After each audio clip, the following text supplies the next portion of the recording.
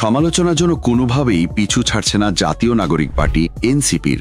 চাঁদাবাজি ও যৌন হয়রানির মতো গুরুতর অভিযোগও উঠেছে দলটির কেন্দ্রীয় নেতাদের বিরুদ্ধে। জেলা এবং উপজেলাগুলোতেও একই চিত্র। এবার বান্দরবনে এনসিপির সব কার্যক্রম স্থগিত করার পাশাপাশি দলটির মুখ্য সংগঠক সার্জিস আলমকে অবাঞ্ছিত ঘোষণা করে ছাত্র সমাজ। এরপরই ক্ষমা চাইলেন এনসিপি নেতা সার্জিস। গণ অভ্যুত্থানের পর ছাত্র সমাজের নানা অনুষ্ঠানে বক্তব্য দিয়ে দেশজুড়ে আলোচনায় আসেন বৈষম্য বিরোধী ছাত্র আন্দোলনের নেতৃত্ব দেয়া সার্জিস আলম। শিক্ষার্থী থেকে হয়ে ওঠেন রাজনীতিবিদ ও সংগঠক। বর্তমানে জাতীয় নাগরিক পার্টির উত্তরাঞ্চলের মুখ্য সংগঠকের দায়িত্ব পালন করছেন তিনি। জাতীয় নাগরিক পার্টির হয়ে আগামী জাতীয় সংসদ নির্বাচনে হয়তো প্রার্থী হবেন তিনি, যার আভাস পাওয়া যায় তার কার্যক্রমে। বর্তমানে দেশের বিভিন্ন জেলা উপজেলায় জুলাই পদযাত্রায় অংশ নিয়ে আহ্বান জানাচ্ছেন নিজ দলকে ভোট দেওয়ার।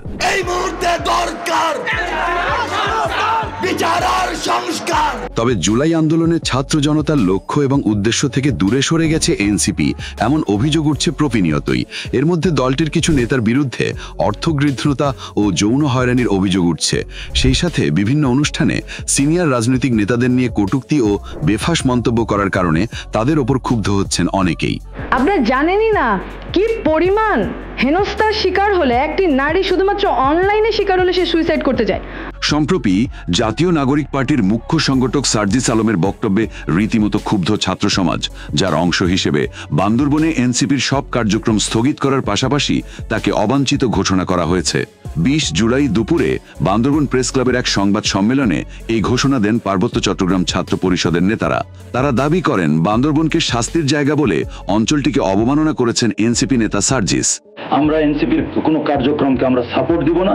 সংবাদ সম্মেলনে বক্তারা আরও জানান, গত 3 জুলাই পঞ্চগড়ে অনুষ্ঠিত জুলাই পদযাত্রা চলাকালীন এক বক্তব্যে সার্জিস বান্দরবনকে শাস্তিস্বরূপ চাঁদাবাজ ও দুর্নীতিবাজ কর্মকর্তাদের পাঠানোর জায়গা হিসেবে উল্লেখ করেন, যা চরম নিন্দনীয় ও অবমাননাকর।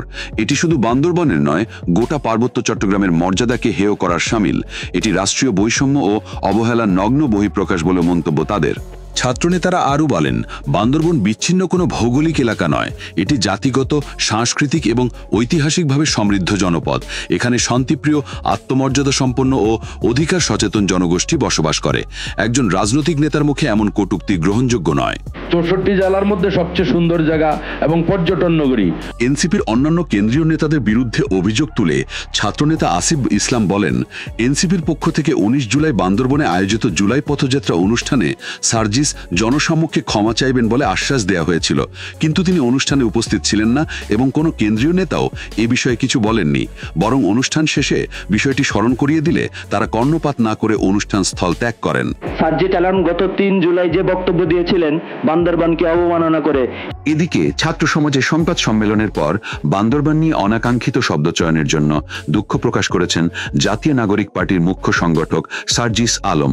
আপনাদের সামনে সেটির জন্য দুঃখ প্রকাশ করতে চাই। এর আগে কক্সবাজারের এক সমাবেশে এনসিপির মুখ্য সমন্বয়ক নাসির উদ্দিন পাটোয়ারি বিএনপির স্থায়ী কমিটির সদস্য সালাহউদ্দিন আহমেদ নিয়ে আপত্তিকর মন্তব্য করেন।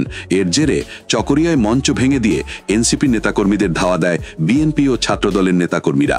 আগে আওয়ামী লীগের আমলে নারায়ণগঞ্জের বিখ্যাত গডফাদার শামীম ওসমান ছিল, এখন শুনছি কক্সবাজারে 90 গডফাদার শিলং থেকে এসেছে, জায়গা দখল করছে, মানুষের জায়গা জমি দখল করছে, চাঁদাবাজি করছে।